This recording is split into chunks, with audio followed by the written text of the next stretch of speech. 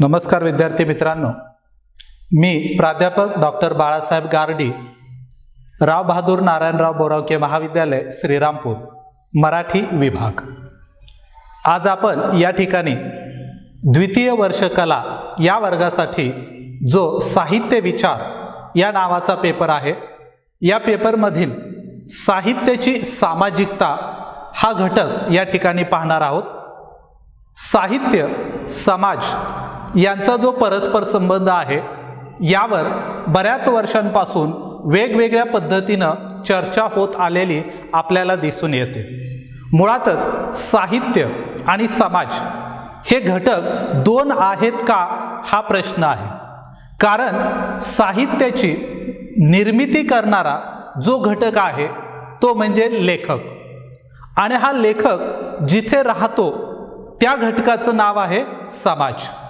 म्हणजे लेखक जिथे राहतो त्या समाजाचं चित्रण तो साहित्यात करतो का, हा महत्त्वाचा या ठिकाणी असलेला मुद्दा आहे। आणि या अनुषंगानं आपल्याला या ठिकाणी साहित्य आणि समाज यांचा जो परस्पर संबंध आहे तो संबंध या ठिकाणी थोडक्यात पाहायचा आहे। साहित्याची निर्मिती करणारा जो घटक आहे तो घटक म्हणजेच लेखक, आणि हा लेखक ज्या घटकात राहतो किंवा हा लेखक ज्या कलेची निर्मिती करतो, ती निर्मिती करणारा तो जो लेखक आहे तो एक व्यक्ती आहे, तो एक माणूस आहे। आणि तो माणूस अशा घटकातला आहे की जो समाजाशिवाय राहू शकत नाही, आणि ज्या समाजात तो वावरतो त्या समाजामध्ये पारंपरिक किंवा नव्यानं निर्माण होणारे जे काही हितसंबंध असतील त्या हितसंबंधांच्या संदर्भात एकत्र आलेला जो घटक आहे किंवा समूह आहे त्याला आपण त्या ठिकाणी समाज असं म्हणतो। थोडक्यात आपण असं म्हणतो पहा की एकापेक्षा जास्त गटानं जेव्हा माणसं एकत्र येतात, काही विशिष्ट नियमांनी विशिष्ट परंपरांनी ती एकत्र बांधली जातात, तेव्हा त्यांचा तो एक समाज बनतो। म्हणजेच लक्षात घ्या की अनेक लोक एकत्र येऊन एका समूहाची एका समाजाची ते निर्मिती करतात। मग हा जो समाज आहे, या समाजात वावरणारा जो माणूस आहे तोच लेखक आहे। मग काहीतरी विशिष्ट समूहाचा एका विशिष्ट घटकांनी एकत्र येणारा हा लेखक आहे, हा कलावंत आहे। आणि मग तो कलावंत ज्या समाजात राहतो नकळतपणे त्या समाजाचं तो प्रतिनिधित्व करत असतो। मग त्याची कला कोणतीही असो, मग तो कधी लेखक असेल, तो कधी एखादा शिल्पकार असेल, कधी एखादा संगीतकार असेल, पण तो ज्या समाजात लहानाचा मोठा होतो, ज्या समाजात तो वावरतो त्या समाजाचं कळत नकळतपणे तो त्या ठिकाणी प्रतिनिधित्व करत असतो। मग या साहित्याचा आणि समाजाचा जो परस्पर संबंध आहे, हा संबंध शोधत असताना आपल्याला असं दिसून येतं की साहित्य हा एक कला प्रकार आहे, आणि या कला प्रकाराची निर्मिती ज्या माध्यमातून केली जाते ते माध्यम म्हणजे भाषा आहे। आणि म्हणून इथं असं म्हटलं जातं की भाषा हे साहित्याचं एक मूलद्रव्य आहे किंवा एक मूळ घटक आहे, आणि भाषेच्या साहाय्यानं लेखक साहित्याची निर्मिती या ठिकाणी करत असतो।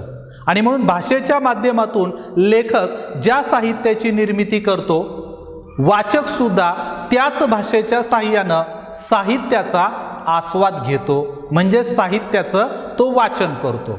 म्हणजे लेखक असेल वाचक असेल, या दोघांच्याही मधलं एक महत्त्वाचं माध्यम आहे ते म्हणजे भाषा।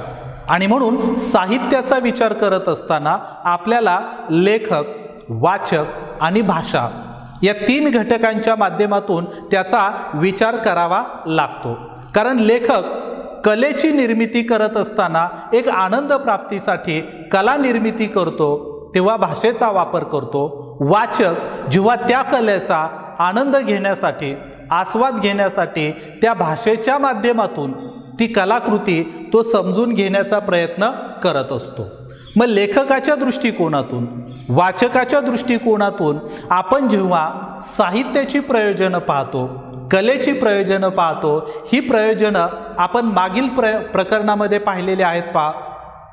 यामध्ये आपल्याला साधारणपणे दिसून येतं पहा की मग इच्छापूर्ती असेल, स्वप्नरंजन असेल, जिज्ञासा तृप्ती असेल, ही सगळी प्रयोजनं जर आपण पाहिली तर साधारणपणे बहुसंख्य प्रयोजनं ही सामाजिक किंवा जीवनविषयक संदर्भ देणारी आहेत. म्हणजे श्रेष्ठ साहित्य आपण कशाला म्हणतो, श्रेष्ठ कला आपण कशाला म्हणतो, हे जर आपण पाहिलं तर ज्या कलेमध्ये, ज्या साहित्यामध्ये जीवनविषयक काहीतरी संदर्भ आलेला आहे, तो लेखकाला किंवा वाचकाला काहीतरी जीवनाच्या संदर्भातलं मार्गदर्शन करत असतो, त्या पद्धतीचं साहित्य, त्या पद्धतीची कला आपण सर्वश्रेष्ठ कला म्हणून पुढं आणताना दिसून येतो. आणि म्हणून या बाबतीत आपल्याला असं म्हणता येतं की निर्मिती किंवा आस्वाद या दोन्हींच्या मागे आनंद किंवा ज्याला आपण साहित्यातला एक ब्रह्मानंद सहोदर म्हणतो, श्रेष्ठ तर आनंद म्हणतो, हा आनंद ही प्रवृत्ती प्रयोजन रूपानं येताना आपल्याला दिसून येते.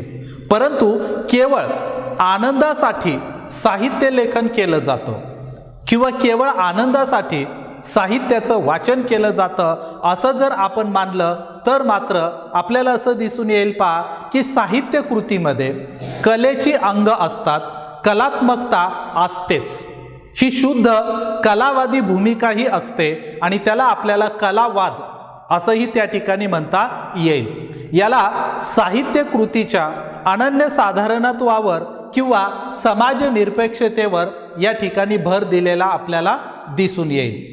परंतु साहित्य ही एक कला जरी असली तरी ती आशय प्रधान कला आहे.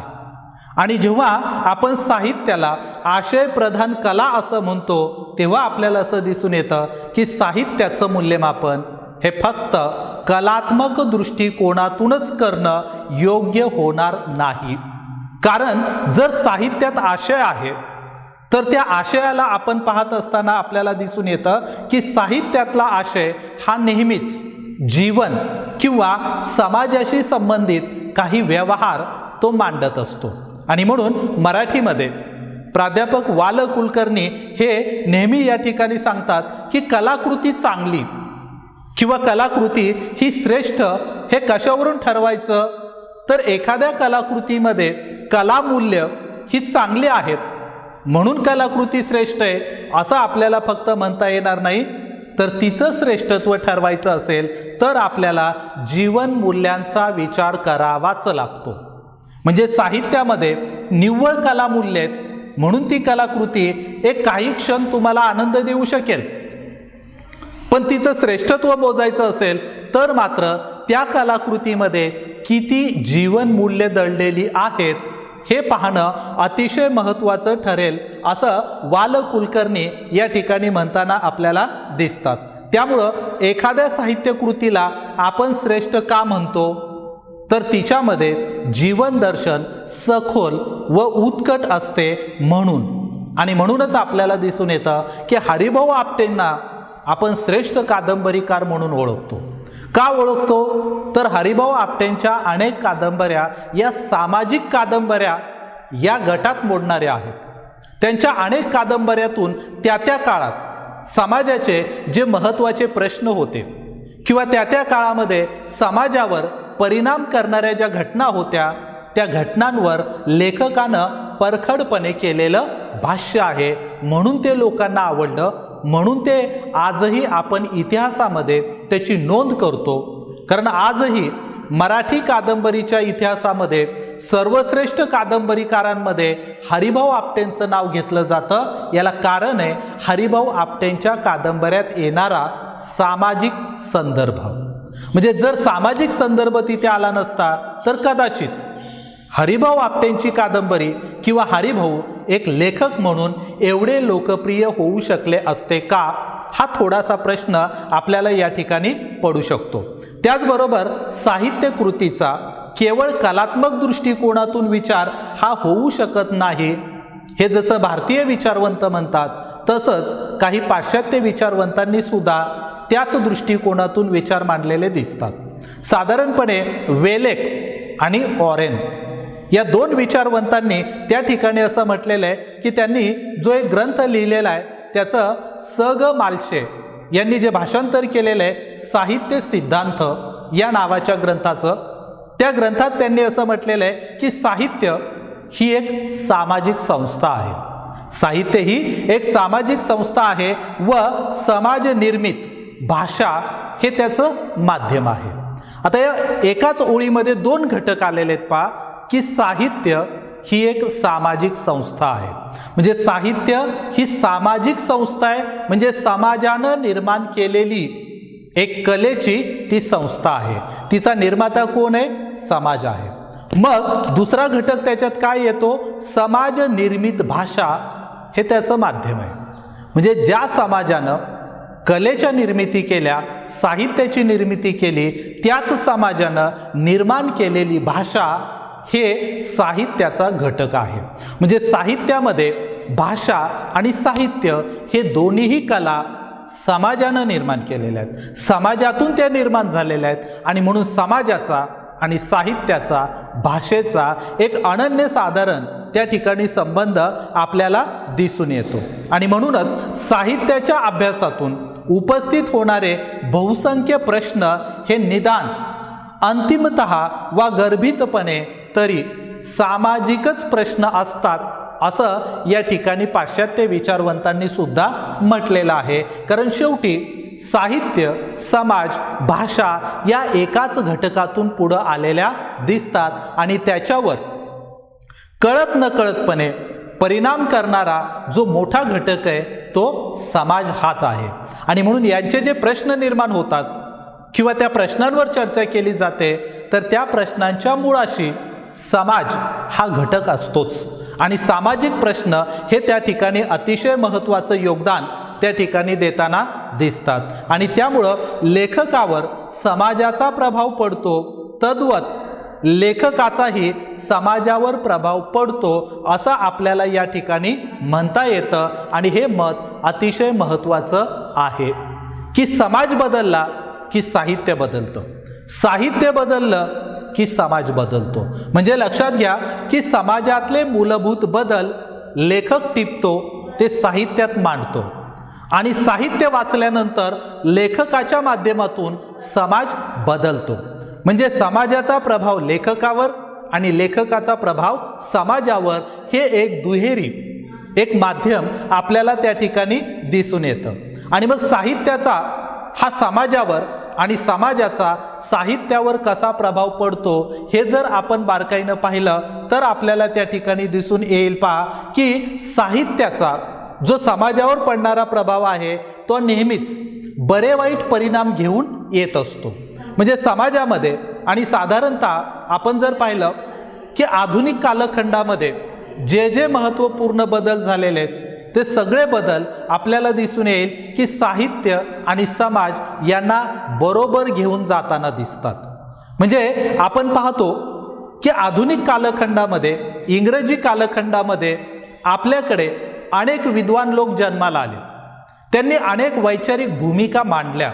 महात्मा फुले असतील, लोकहितवादी असतील, आगरकर असतील, कर्वे असतील यासारख्या विचारवंतांनी एक नाविन्यपूर्व संकल्पना मांडल्या आणि हळूहळू त्या समाजानं स्वीकारल्या.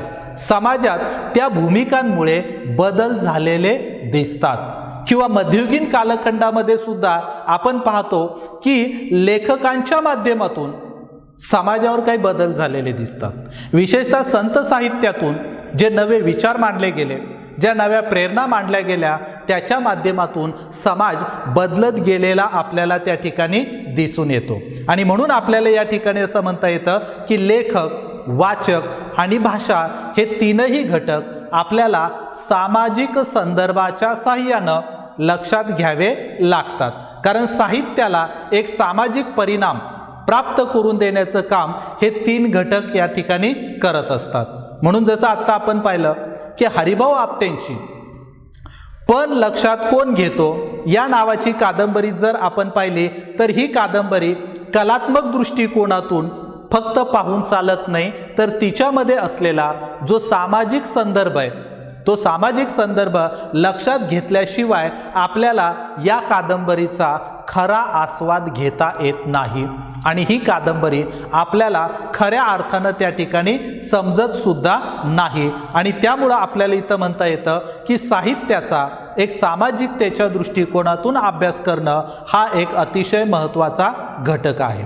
रा. भा. पाटणकर यांनी सुद्धा या ठिकाणी साहित्याची द्विध्रुवात्मकता ही मांडत असताना लौकिकवाद आणि अलौकिकतावाद या भूमिका मांडत असताना त्यांनी लौकिकतावादाची जी कल्पना आहे ती कल्पना मांडताना त्यांनी साहित्याचा जीवनाशी असलेला संबंध या ठिकाणी जोडण्याचा प्रयत्न केलेला आहे.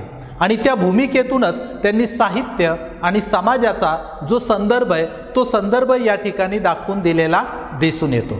तर पाश्चात्य विचारवंत ज्याचा समाजशास्त्रीय समीक्षा पद्धतीचा जनक म्हणून त्याची ओळख आहे ते तिएन यांनी सुद्धा साहित्याचा आणि समाजाचा संदर्भ जोडत असताना वंश, परिस्थिती आणि युगधर्म या 3 घटकांना अतिशय महत्त्व दिलेलं दिसून येतं. त्यामध्ये त्यांनी सर्वात प्रथम जो पहिला घटक मानलेला आहे वंश परंपरा, याला सगळ्यात जास्त महत्त्व दिलं. आणि याला महत्त्व का दिलेलं आहे तर त्यांनी असं म्हटलेलं आहे की विशिष्ट भूप्रदेश, त्या भूप्रदेशात असलेली भौगोलिकता आणि त्यातून विशिष्ट समाजाची एक कार्यपद्धती किंवा जीवन पद्धती ही निर्माण होत असते. म्हणजे तिथला भौगोलिक प्रदेश असेल, तिथली सामाजिकता असेल, त्याच्या माध्यमातून त्या समाजाची जडणघडण होत असते. कारण आपल्याला माहिती आहे भौगोलिक परिस्थितीनुसार प्रत्येक समाजाच्या चालीरीती, परंपरा, जीवन जगण्याच्या पद्धती त्या घडत असतात आणि त्या पद्धतीनं त्यांच्या एकूण परंपरा निर्माण होत असतात. आणि त्यामुळं त्याच्यातून एक निर्माण होणारी जी एक विशिष्ट सामाजिकता असते ती सामाजिकता त्या प्रदेशाची राष्ट्रीय भावना बनत असते. आणि म्हणून वंश परंपरा ही त्या समाजावर, त्या समूहावर अतिशय प्रभावीपणे कार्य करत असलेली आपल्याला त्या ठिकाणी दिसून येते. त्यानंतर दुसरा घटक त्यांनी महत्त्वाचा मानला तो म्हणजे परिस्थिती किंवा त्यालाच त्यांनी दुसरं नाव दिलेलं आहे प्रसार माध्यम. मग त्या कालखंडामध्ये त्या समाजामध्ये एक सगळ्यात महत्त्वाची संकल्पना जी मांडली जाते की ती परिस्थिती आहे ती एक थोडीशी गुंतागुंतीची असते, पण त्या समाजानं निर्माण केलेल्या ज्या परंपरा असतात त्या परंपरा त्या काळातल्या प्रसार माध्यमांच्या माध्यमातून किंवा परिस्थितीच्या माध्यमातून व्यक्त केल्या जातात आणि त्यातून समाजाचं एक वेगळं चित्रण हे पुढे येत असतं. जसं आपण आपल्या महाराष्ट्राच्या बाबतीत जर पाहिलं तर मध्ययुगीन कालखंडामध्ये आपल्याकडे कीर्तन परंपरा असेल किंवा अभंग असतील यांच्या माध्यमातून आपल्याला दिसून येईल किंवा तमाशासारखी माध्यमं असतील, संगीत नाटकांसारखं माध्यम असेल, या प्रसार माध्यमांच्या माध्यमातून आपल्याला असं दिसून येतं की त्या काळातला जो समाज आहे त्या समाजाचं एक प्रभावी चित्रण हे त्या भूमिकेतून पुढे येताना आपल्याला दिसून येतं. आणि तिसरा जो महत्त्वाचा घटक आहे युग प्रवृत्ती किंवा त्याला युगधर्म असं त्यांनी म्हटलेलं आहे. हा युगधर्म त्याच्यासाठी अतिशय महत्त्वाचा दिसून येतो. कारण समाजाच्या वाटचालीमध्ये आपण पाहतो की त्या कालखंडामध्ये निर्माण होणारा जो युगधर्म असतो तो अतिशय महत्त्वाचा असतो. कारण त्या काळाच्या त्या प्रेरणा असतात आणि त्या काळाच्या प्रेरणेनुसार हे युगधर्म त्या ठिकाणी बदलत असलेले आपल्याला दिसून येतात. कारण समाजाची वाटचाल ज्या पद्धतीनं सुरू असते त्या वाटचालीतून प्रत्येक युगाचं असं एक खास ध्येय प्राप्त होत असतं आणि त्या ध्येयानुसार त्या समाजाची एक वाटचाल ही त्या ठिकाणी होत असलेली आपल्याला दिसून येते. मग त्या काळात त्या समाजात निर्माण होणाऱ्या साहित्यामध्ये आपोआपच त्या काळाचं ते प्रतिबिंब पडत असतं किंवा त्याचं चित्रण हे त्या ठिकाणी जाणून बुजून केलेलं आपल्याला दिसून येतं. मग मध्ययुगीन कालखंडामध्ये महाराष्ट्रामध्ये आपल्याला असं दिसून येतं की अध्यात्म हे सूत्र होतं आणि अध्यात्माला त्या ठिकाणी केंद्रवरती ठेवून समाजाची जडणघडण होत होती आणि त्याचबरोबर साहित्याची सुद्धा त्याच पद्धतीनं जडणघडण होत असलेली आपल्याला दिसून येते। आणि म्हणून त्या दीर्घ काळामध्ये निर्माण झालेल्या सर्व साहित्यातून संवाद किंवा विरोधी रूपानं ते व्यक्त झालेलं आपल्याला त्या ठिकाणी दिसून येतं। म्हणजे साधारणपणे 13व्या शतकापासून ते 18व्या शतकापर्यंत आपल्याकडे संत साहित्य, अध्यात्म याच सामाजिक प्रेरणा दिसून येतात आणि समाजामध्ये जे जे बदल होत होते ते सगळे बदल या संत साहित्यातून असेल, पंडिती साहित्यातून असेल, आपल्याला मोठ्या संख्येनं दिसून येतात। तर अव्वल इंग्रजीच्या कालखंडामध्ये आपल्याला असं दिसून येतं की त्या कालखंडामध्ये इंग्रज आले, इंग्रजांच्या बरोबर त्यांचं नवीन शिक्षण आलं, शिक्षणानं आपल्याकडच्या प्रेरणा बदलल्या, त्या शिक्षणानं धर्माकडे पाहण्याचा एक दृष्टिकोन बदलला आणि जे आम्ही एक साधारण 600-700 वर्ष ज्या धर्माकडं, ज्या चिकित्सक दृष्टीनं पाहत होतो ती दृष्टी आमची शिक्षणामुळे बदलली।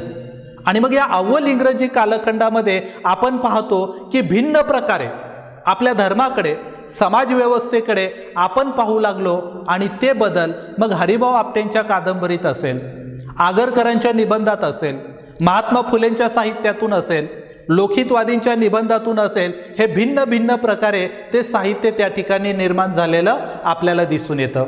किंवा या अव्वल इंग्रजी कालखंडामध्ये जी संगीत नाटकं आली, त्या संगीत नाटकामध्ये सुद्धा आपल्याला असं दिसून येतं, मग किर्लोस्करांची नाटकं असतील, गो ब देवलांची नाटकं असतील किंवा राम गणेश गडकरींची नाटकं असतील, या सर्व नाटकांनी एक नवीनता या समाजात रुजवली। जे समाजात बदल येत होते ते बदल त्या नाटकातून येऊ लागले। जसं एक उदाहरण आपण घ्यायचं झालं तर गो ब देवलांचं संगीत शारदा हे नाटक त्या काळात जो हिंदू धर्मातला एक प्रश्न होता मोठा गहन, जरड बालकुमारी विवाह, एखादा म्हातारा पुरुष आणि एखादी फक्त एक 10-12 वर्षाची तरुण मुलगी, त्यांचा विवाह ही आमची सामाजिक प्रथा होती। पण शिक्षणानं किंवा आधुनिक बदलांनी या विचारांना एक वेगळ्या पद्धतीनं पाहिलं जाऊ लागलं आणि मग ही आमची प्रथा चांगली नसून वाईट कशी आहे हे नाटकात चित्रित होतं आणि नाटकातून ते समाजापुढे येतं आणि मग समाज विचार करायला लागतो की आपण किती वाईट प्रथा किंवा परंपरा जोपासत आहोत आणि मग त्यात बदल व्हायला सुरुवात होते। म्हणजे साहित्याचा समाजावर आणि समाजाचा साहित्यावर हा कसा दूरगामी परिणाम होतो हे परिणाम आपल्याला या ठिकाणी या माध्यमातून दिसून येतात। आणि या दृष्टिकोनातून आपण जर पाहिलं तर साहित्य आणि समाज यांचा जो परस्पर संबंध आहे याचा हा पहिला भाग जर आपण पाहिला तर भारतीय आणि पाश्चात्य विचारवंतांच्या समीक्षेच्या दृष्टिकोनातून किंवा तुलनात्मकतेच्या दृष्टिकोनातून आपल्याला असं दिसून येतं की साहित्य आणि समाज यांचा अतिशय जवळचा आणि परस्पर संबंध असल्याचं आपल्याला दिसून येतं। कारण ज्या साहित्याला समाजानं घडवलं त्याच समाजाला त्या ठिकाणी साहित्य मार्गदर्शन करताना दिसतं। म्हणजे समाज बदलला की साहित्य बदलतं, साहित्य बदललं की समाज सुद्धा आपल्या परंपरा बदलवतो। आणि हे आपल्याला आत्तापर्यंतच्या साहित्याच्या आणि समाजाच्या इतिहासातून पाहायला मिळेल की साहित्यात घडलेले बदल नकळतपणे लगेच समाजात उतरतात आणि समाजात घडत असलेले सूक्ष्म बदल आपोआपच साहित्यामध्ये येत असतात। आणि म्हणून साहित्याला आपण नावं सुद्धा त्या पद्धतीने देतो पहा, मध्ययुगीन कालखंड, आधुनिक कालखंड, अर्वाचीन कालखंड। आणि ही नावं जेव्हा आपण देतो तेव्हा आपल्याला दिसून येतं की त्या त्या कालखंडात साहित्यामध्ये, समाजामध्ये मूलभूत बदल झालेले आपल्याला दिसून येतात। आणि म्हणून साहित्य आणि समाज यांचा जो परस्पर संबंध आहे हा पहिल्या घटकात आपल्याला या ठिकाणी या पद्धतीनं दिसून येतो। पुढचा जो घटक आहे तो आपण पुढच्या तासाला पाहूया। आजच्या पुरता आपण इथे थांबूया। धन्यवाद।